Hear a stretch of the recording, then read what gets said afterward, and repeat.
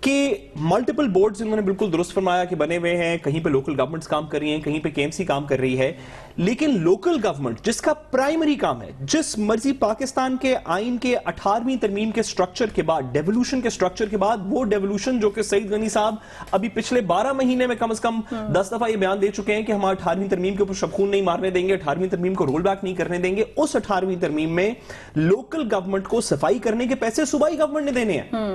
Local government اپنا تھوڑا سا ٹیکس کلیکشن کرتی ہے, لیجسلیچر جو صوبائی حکومت کی ہے وہ اپنے پیسوں میں سے لوکل گورنمنٹ کو کتنے پیسے دیتی ہے اس کام کے لیے. وسیم اختر صاحب جو ہیں ان کی بہت سی غلطیاں ہیں اور ہم بات کریں گے, لیکن اگر سعید غنی صاحب واپس آ چکے ہیں, سعید غنی صاحب بھی ہمارے ساتھ موجود ہیں اور میئر کراچی وسیم اختر بھی میں سعید غنی صاحب سے ذرا کانورسیشن ایک چھوٹی سی سوال. سر, وسیم اختر صاحب ایک سے زیادہ دفعہ کہہ چکے اور آپ اس 18ویں ترمیم کے سٹرکچر کو جس کو پیپلز پارٹی اون کرتی ہے اس میں آپ لکھ چکے کہ صوبائی حکومت وہ پیسے دے گی جو لوکل گورنمنٹ شہر کے اوپر استعمال کرے گی. یہ میئر صاحب کہہ چکے ہیں کہ ان کے پاس پیسے نہیں ہیں یہ پورا کام کرنے کے. صوبائی حکومت ان کی فنڈنگ بہتر کیوں نہیں کر رہی, اس صفائی کے لیے زیادہ پیسے کیوں نہیں الوکیٹ کر رہی میئر کے لیے؟ دیکھیں, ایک تو میں آپ سے عرض کروں کہ جس طرح صوبائی حکومت کے پاس کچھ فنڈز آتے ہیں فیڈرل گورنمنٹ سے, کچھ ہم اپنے جنریٹ کرتے ہیں, اسی طرح یہ جو مختلف لوکل گورنمنٹ کے ادارے ہیں ان کے پاس بھی قانون کے مطابق اپنا ریونیو جنریٹ کرنے کے اختیارات موجود ہیں اور مختلف جو ہیڈز ہیں اس میں یہ ٹیکسز لگا سکتے ہیں. DMCs بھی لگاتی ہیں, KMC بھی لگا سکتی ہے. اس وقت KMC کے اپنے جو ریونیو ہے اس کا یہ ٹوٹل جو ان کے ایکسپینڈیچر سارے ہوتے ہیں اس کا یہ 5% خود کرتے ہیں, 95% جو ہے یہ گرانٹس پہ چلتے ہیں, اور صوبائی حکومت ان کو تقریباً رفلی کسی سال 10 ارب کسی سال 11 ارب روپے جو ہے وہ دیتی ہے, جس میں OZT شیئرز بھی ہوتی ہے اور کچھ جو ریگولر گرانٹس ہیں وہ بھی دیتے ہیں. اس کے علاوہ مختلف اوقات میں جب ان کے پاس بجلی کٹ گئی, ان کے پاس پیسے نہیں تھے تو وہ بھی کورٹ نے ہمیں کہا کہ ہم دے دیں, تو تقریباً 500 ملین روپے ان کی لائبلٹیز ہم نے پے کی. اور اس کے دیکھیں صفائی میں ایک چیز آپ کو بتا دوں, دو چیزیں الگ الگ ہیں. جو نالے ہیں کراچی شہر کے 38 نالے ایسے ہیں جو بڑے نالے ہیں جو KMC کی ذمہ داری ہے کہ ان کو مینٹین کریں, ان کو وہ صاف کریں. ان 38 نالوں کو صاف کرنے کے لیے پچھلے 2 برسوں میں ہم 2 مرتبہ, ایک مرتبہ ہم نے ان کو 437 ملین روپے دیے یعنی 43 کروڑ 70 لاکھ روپے دیے, اور گزشتہ برس ہم نے ان کو 500 ملین یعنی کہ 50 کروڑ روپے جو ہے وہ دیے ہیں نالوں کی صفائی. تو حبیب صاحب میئر صاحب سے پوچھ لیں, وسیم اختر صاحب ہمارے ساتھ موجود ہیں. وسیم اختر صاحب, صاحب کی اجازت سے, وسیم اختر صاحب آپ کو اگر 50 کروڑ روپیہ سال کا صفائی کے لیے مل رہا ہے تو آپ کی ایکچوئل, آپ ایک سے زیادہ دفعہ کہہ چکے ہیں کہ آپ کے پاس پیسے پورے نہیں ہیں, آپ کے پاس وسائل نہیں ہیں, کتنے وسائل چاہیے آپ کو صوبائی حکومت سے کہ آپ کراچی کی صفائی وہ جو کہ علی زیدی اور دیگر سویلین ادارے, دیگر ریگولر سویلینز کر رہے ہیں وہ آپ کر سکیں گے؟ کتنے پیسے چاہیے؟ دیکھیں, پچھلے جو پیسے کورٹ کے آرڈر پہ دیے گئے ہیں نالوں کی صفائی کے لیے, مجھ سے سپریم کورٹ نے پوچھا تھا کہ نالے صاف کریں آپ, میں نے کہا ہمارے پاس نہیں ہے ریسورسز, تو انہوں نے سندھ گورنمنٹ کو کہا کہ ان کو 1200 ملین دیں نالے صاف کرنے کے لیے ٹوٹل. وہ اپروو بھی ہوئے, اس کے اپروول کے بعد 50 کروڑ روپے ہمیں ملے. 30 جون کو وہ کانٹریکٹ ختم ہو گیا, پورے سال ہم نے صفائی کی. اس کا ایکسپینڈیچر بھی ہم 2 دفعہ بھیج چکے ہیں سندھ گورنمنٹ کو کہ یہ 50 کروڑ روپے کہاں خرچ ہوئے. بیلنس جو 70 کروڑ. وسیم صاحب اور سعید غنی صاحب, اگر تو اس چکر میں جائیں گے نا جس چکر میں آپ نے کراچی کے لوگوں کو ڈالا ہوا ہے کہ میں نے 3 ارب دیے تھے اور اس نے 2 ارب نہیں دیے, بات یہ ہے کہ کراچی کا کچرا اٹھتا نہیں ہے, وہ کچرا نالوں کے گرد جمع ہو جاتا ہے, اور حکومت نے 2 الگ الگ ہیڈ بنائے ہوئے ہیں کہ یہ سوال ہمارے سامنے رکھا ہوا ہے کہ انڈا پہلے یا مرغی پہلے. کچرا نالوں میں گرتا ہے اس کے الگ پیسے, کچرا اٹھانے کے الگ پیسے. آپ اس کیس کو چھوڑ کیوں نہیں دیتے, کراچی کی صفائی کو ڈسکس کیوں نہیں کرتے؟ درست سر, ایسا ہے کہ صفائی جو ہے وہ ڈسٹرکٹ اور سندھ گورنمنٹ کی ذمہ داری ہے. سالڈ ویسٹ مینجمنٹ بورڈ کے چیئرمین CM صاحب ہیں. آپ بڑی اچھی بات کر رہے ہیں. یہ دیکھیں پھر وہی انڈا پہلے مرغی پہلے. آپ سے چھوٹا شہر ہے لندن, وہاں پر صفائی کا نظام زیادہ ایفیکٹو ہے میئر صاحب اور جناب سعید غنی صاحب. لاہور 1 کروڑ سے زیادہ آبادی ہے, یہاں پہ نظام زیادہ ایفیکٹو ہے. کیا یہاں کی حکومت کوئی فرشتوں کی حکومت ہے جو آپ کے ہاں وہ کام نہیں ہو پا رہا؟ نیو یارک آپ سے بڑا شہر ہے, وہاں پہ صفائی کا نظام زیادہ ایفیکٹو ہے. کیا وہ لوگ کچھ اور کرتے ہیں جو ہم نہیں کر پا رہے, جو وہ نیوکلیر ٹیکنالوجی استعمال کرتے ہیں؟ پرابلم کہاں پہ ہے یہ بتائیے. اور آپ دونوں لوگ, سعید غنی صاحب آپ اور میئر صاحب آپ دونوں ہی متعلقہ لوگ ہیں, اس وقت آپ سکرین پہ موجود ہیں, آپس میں ابھی بتا دیں کہ کس نے کیا اٹھانا ہے اور کراچی کیسے صاف ہوگا. آپ دونوں کے علاوہ تیسرا کوئی شخص ریلیونٹ نہیں ہے. SLGA 2013 میں لکھا ہوا ہے کہ یہ فنکشن جو ہے وہ سندھ گورنمنٹ کرتی ہے, ہمارے پاس ہے نہیں یہ فنکشن صفائی کا. ٹھیک ہے, سالڈ ویسٹ مینجمنٹ بورڈ بنا ہوا ہے, اس کے چیئرمین CM صاحب ہیں, ان کی ذمہ داری ہے, انہوں نے آؤٹ سورس کیا ہوا ہے. کچھ ڈسٹرکٹ الگ کام کر رہے ہیں, ڈسٹرکٹ کے پاس ٹوٹل اماؤنٹ نہیں جاتا آکٹرائے کا, اس لیے ان کا ریسورسز نہیں ہے, وہ نہیں کر سکتے اپنا کام, اس لیے کراچی کچرے کا. چلیے میئر صاحب آپ نے تو بتا دیا کہ آپ کی ذمہ داری نہیں ہے صفائی. سعید غنی صاحب جی بتائیے گا کہ میئر صاحب تو کہہ رہے ہیں میری ذمہ داری نہیں. وہ کہتے ہیں کہ جی CM چیئرمین ہے ان بورڈز کے اور حکومت سندھ کا کام ہے. دیکھیں میئر صاحب ٹھیک کہہ رہے ہیں, میں نے جس طرح ابھی آپ کو بتایا تھا کہ نالوں کا جو چیپٹر ہے, جو مسئلہ ہے وہ ایک الگ اسٹوری ہے, اور جو عام کچرا شہر میں ہوتا ہے وہ الگ ایک ایشو ہے. جو کچرا اٹھانے کا نظام ہے وہ 2001 کے قانون میں بھی جو ناظم تھے کراچی کے ان کے پاس نہیں تھا. ہمارے کراچی میں 18 ٹاؤنز ہوتے تھے, جو ٹاؤن ناظم تھے ان کی ذمہ داری تھی. آج بھی کراچی میں جو نظام ہے اس میں جو DMCs کے چیئرمینز ہیں یا DMCs ہیں, یہ ان کا فنکشن ہے. 2014 میں 15 میں جب یہ بہت زیادہ کرائسس تھے شہر میں اور بہت زیادہ کچرا جو ہے وہ بڑی بڑی شاہراہوں پہ پڑا رہتا تھا, تو اس وقت یہ احساس ہوا کہ DMCs کے پاس اتنی کیپیسٹی نہیں ہے کہ یہ کام کر سکیں, تو ایک سالڈ ویسٹ مینجمنٹ بورڈ بنایا گیا, جس طرح لاہور میں ایک ماڈل موجود تھا اس کو دیکھتے ہوئے, اور پھر ایک DMC نے کرتے ہوئے 4 DMCs آج جو ہیں وہ سالڈ ویسٹ مینجمنٹ کے ذریعے کچرے کا جو اٹھانے کا کام ہے وہ کر رہی ہیں. 2 میں آج بھی DMCs خود ہی فنکشن ادا کر رہی ہیں. تو یہ میئر صاحب کی بات بالکل ٹھیک ہے, وہ ایک الگ نظام ہے جس کا میئر صاحب سے کوئی تعلق بنتا نہیں ہے. اور اکثر بات میں کہتا رہتا ہوں ہر جگہ کہ وہ نظام کام کیوں نہیں کر رہا, آپ کا نظام ہے, کیوں کچرا پھر بھی جمع ہوا ہے؟ یار دیکھیں, ایک تو میں آپ سے عرض کروں, دیکھیں یہ جو چینلز پر جتنا دکھایا جا رہا ہے نا, خدا نہ خواستہ ایسا مسئلہ نہیں ہے. پورا کراچی کچرے میں ڈوبا ہوا نہیں ہے. سعید غنی صاحب لوگ پریشان ہیں, میں آپ کے حلقے میں گیا تھا, آپ کو یاد ہوگا 2018 میں آپ سے عرض کروں, آپ کے حلقے میں ایک بہت بڑا ایک میدان ہے جو کچرے سے بھرا ہوا ہے, اور اس کے بیچوں بیچ میں سے ایک نالا گزرتا ہے. میں اس حلقے میں آپ نے بہت سارا کام کیا, لیکن میری معلومات یہ کہ میں نے آج بھی پتا کہ وہ میدان وہیں کا وہیں ہے, کچرے سے بھرا ہوا, اور نالا بھی وہیں پر ہے. دیکھیں پہلی بات تو یہ ہے کہ نالا کہیں نہیں جائے گا, نالا رہے گا وہیں پر ہی. ٹھیک ہے, کچرا کہیں جائے گا ذریعہ وہ بھی وہیں رہے گا. اس کے میری عرض سنیں, اصل میں چیزیں مکس اپ ہوتی ہیں. پرابلم یہ ہے کہ یہ جو لوکل گورنمنٹ کا پورا سسٹم ہے نا, یہ اتنی آسانی سے ہر کسی شخص کی سمجھ میں آ نہیں سکتا ہے. اب اس کے لیے آپ کو 4-5 گھنٹے یا تو بیٹھیں, مطلب آپ ہماری سنیں, ہم آپ کی سنیں, تو شاید ہم اس قابل ہوں گے. لیکن جو نالے ہیں, دیکھیں نہیں بالکل بیٹھتے ہیں. جو بارشیں ہوئیں اس سے پہلے بھی میٹنگ کی, اس میٹنگ میں بہت ساری چیزیں ہم نے کی. میں نے میئر صاحب کو ٹی وی پہ سنا, وہ کہہ رہے تھے ہمیں کوئی اکوپمنٹ انہوں نے نہیں دیا. بات یہ کہ ہمارے پاس اکوپمنٹ نہیں ہوتا, جو مشینری ہے, جو نظام ہے, وہ سارا نیچے جو ہمارے لوکل گورنمنٹ کے ادارے ہیں ان کے پاس ہوتا ہے. جو بات میں نے کہی تھی میں اس پر آج بھی قائم ہوں. ہم نے تمام DMCs کو بھی کہا, KMCs کو بھی کہا کہ آپ ایکسٹرا آرڈنری اگر ایفرٹس کرنے پڑتے ہیں آپ کیجئے بارشوں میں نظام کو بہتر کرنے کے لیے, ہم وہ ایکسپینسیچر سارا بیئر کریں گے.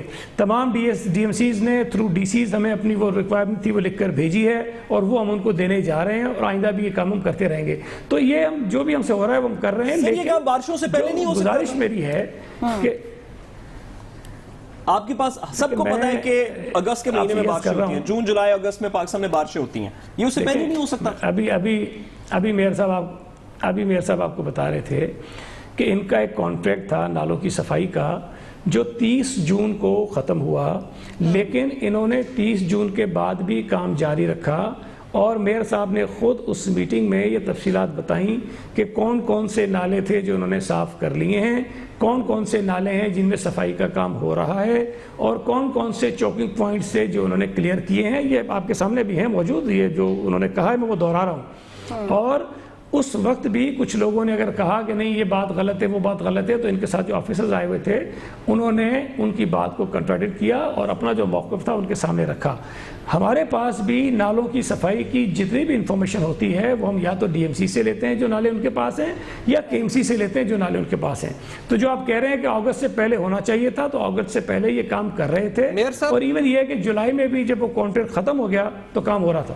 وسیم اختر صاحب یہ بتائیے گا کہ آپ کے خیال میں یہ جو نالے صاف بھی ہو جائیں اور کچرا اٹھ بھی جائے تو کیا بارش کا پانی نکل بھی سکتا ہے؟ کہیں ایسا تو نہیں ہے کہ ہمارا جو کراچی کا سسٹم ہے وہ تباہ ہو چکا ہے، ہم بس اسی آپ یوں کہیے کہ بس اوپر سے کام کر رہے ہیں؟ دیکھیں ہمارا انفراسٹرکچر جو ہے سیوریج کا وہ تقریباً کولیپس ہو چکا ہے۔ اچھا، ہم نے کوئی جو انگریز ڈال کے گیا تھا اس کے بعد ہم نے کوئی نئی لائنیں نہیں ڈالی ہیں، ہم نے انہی کو ریپیئر کیا ہے۔ اب ہمارا فرض بنتا ہے، سر ہم نے 70-75 سال میں کوئی لائن نہیں ڈالی؟ نہیں، میری بات ختم ہونے دیں۔ جہاں ریپیئر کرنا تھا وہاں ریپیئر کیا ہے، کہیں جب کمپلین آتی تھی تو واٹر بورڈ اس کی نئی لائن ڈال دیتا تھا۔ میں پورے انفراسٹرکچر کی بات کر رہا ہوں، پورا انفراسٹرکچر بہتر کرنا ہوگا۔ اب آبادی 3 کروڑ کی ہو گئی ہے، یہ جو سیویج سسٹم ہے یہ کیپیبل نہیں ہے۔ حبیب صاحب، اب آپ کو کیا لگتا ہے کراچی کے کچرے کو صاف کرنے کے لیے دلوں کے کچرے بھی یہ سیاستدان صاف کریں گے اور اس مہم کو مل کر کامیاب کریں گے، پھر کوئی نیا تنازع کھڑا ہو دیکھیے جائے گا؟ میں کراچی میں 9 سال میں نے جرنلزم کیا، اور کراچی میں مجھے رہتے ہوئے مطلب میں اپنے آپ کو اگر کراچی آئٹ کہوں، اگر کراچی والے برے نہ مانیں تو میں خود کو کراچی آئٹ ہی سمجھتا ہوں۔ اہم بات یہ ہے کہ کراچی میں جو پرابلم ہے وہ یہ ہے کہ وہاں پر ایک تو اداروں کے درمیان تال میل کا معاملہ ہے، صحیح، نظام اپنی جگہ موجود ہے۔ ابھی آپ کو سعید غنی صاحب بھی بتا رہے ہیں، وسیم اختر صاحب بھی بتا رہے ہیں، ایک بار پھر اگر ہمارے آپ ساتھ لائن پوچھیں پر موجود ہیں وہ سعید غنی صاحب یا وسیم اختر صاحب؟ سعید غنی صاحب ہمارے ساتھ لائن پر سعید غنی صاحب، ابھی جیسے میئر صاحب نے کہا کہ ہمارا پورے کا پورا سسٹم کولیپس کر چکا ہے سیوریج کا، تو کیا اس کے لیے تو ظاہر ہے میٹروپولیٹن کارپوریشن تو کچھ نہیں کر پائے گی، آپ ہی کو صوبائی حکومت کو آگے آنا پڑے گا، وفاق کو آگے آنا پڑے گا، تو کیا اس حوالے سے کوئی ورکنگ، کوئی لے آؤٹ، کوئی ڈیزائننگ شروع ہے؟ دیکھیں اس میں گزارش کروں کہ اب یہ پھر جو سیوریج کا ہم کہتے ہیں نا، ہمارے ہاں غلط فہمی یہ ہے لوگوں کو کہ جو برسات کا پانی ہوتا ہے وہ بھی سیوریج کے ذریعے جاتا ہے، ایسا ہے نہیں۔ یہ جن نالوں کا ہم ذکر کر رہے ہیں نا، 38 بڑے نالے، 200 کے قریب چھوٹے نالے، بیسیکلی یہ برساتی نالے ہیں جو بارش کا پانی لے کر جاتے ہیں اور شہر سے باہر نکال کے اس کو سمندر میں ڈال دیتے ہیں۔ جو سیوریج کا نظام ہے وہ بیسیکلی سیوریج کے پانی کے لیے ہوتا ہے۔ اس حد تک تو میں اتفاق کروں گا کہ ہمارے نظام کو ری ایبلیٹیشن کی ضرورت ہے، لیکن یہ کہنا کہ انگریز ڈال کے گیا تھا اس کے بعد سے ہوا کچھ نہیں، یہ بات درست نہیں ہے۔ وقتاً فوقتاً نیا نظام سسٹم جو ہے وہ مختلف علاقوں میں ڈلتا رہتا ہے، لیکن جو کراچی پر اسٹڈی کی ورلڈ بینک کے تھرو، میں بتا رہا ہوں آپ کو ابھی جو بتا رہا ہوں، میں آپ کو بتا رہا ہوں ابھی کہ ابھی جو ری ایبلیٹیشن کا کام ہے کراچی کی پانی اور سیوریج کی لائنوں کا، وہ ورلڈ بینک کے ساتھ ہمارا ایک معاہدہ ہوا ہے جس میں ہم $1.5 بلین جو ہے وہ کراچی میں خرچ کریں گے اگلے 4-5 سالوں میں، جس میں 100 ارب روپے جو ہیں وہ صرف Karachi water and sewerage board کا جو انفراسٹرکچر ہے، جو اس کی ری ایبلیٹیشن کا کام ہے، وہ اس پر خرچ ہوں گے۔ تو وہ پروجیکٹ ہم تقریباً شروع کر چکے ہیں اور کچھ مہینوں میں ہماری سعید غنی صاحب، KWSP کو آپ 100 ارب روپیہ دیں گے، کیا آپ کے خیال میں KWSP میں اتنی کیپیسٹی اور افراد کی کوالٹی ایسی ہے کہ 100 ارب روپے کو افیکٹولی خرچ کرے اور پھر اس سے کوئی فائدہ بھی اٹھائے اور عام آدمی کو تک وہ فائدہ پہنچے؟ نہیں، ابھی یہ ہم 100 ارب روپے KWSP کو نہیں دے رہے ہیں، یہ ورلڈ بینک اور سندھ گورنمنٹ کے درمیان ایک معاہدہ ہے، جو ایک پروجیکٹ ہے یہ، اور اس پروجیکٹ میں باہر سے مارکیٹ سے لوگ لیے جائیں گے اور کچھ اچھے آفیسرز جو موجود ہیں وہ اس میں شامل کیے جائیں گے۔ تو Karachi water and sewerage board کے لوگ جو ٹیکنیکل لوگ ہیں وہ ضرور شامل ہوں گے، لیکن ایسا نہیں ہے کہ 100 ارب روپے ان کو دے دیے جائیں گے۔ تو اس پہ پوری باقاعدہ اسٹڈی ہے۔ میئر کراچی وسیم اختر اور وزیر بلدیات سندھ سعید غنی ہمارے ساتھ موجود تھے۔ پروگرام میں وقت ہے بریک کا، واپس آئیں گے اس بریک کے بعد، ہمارے ساتھ رہیے گا۔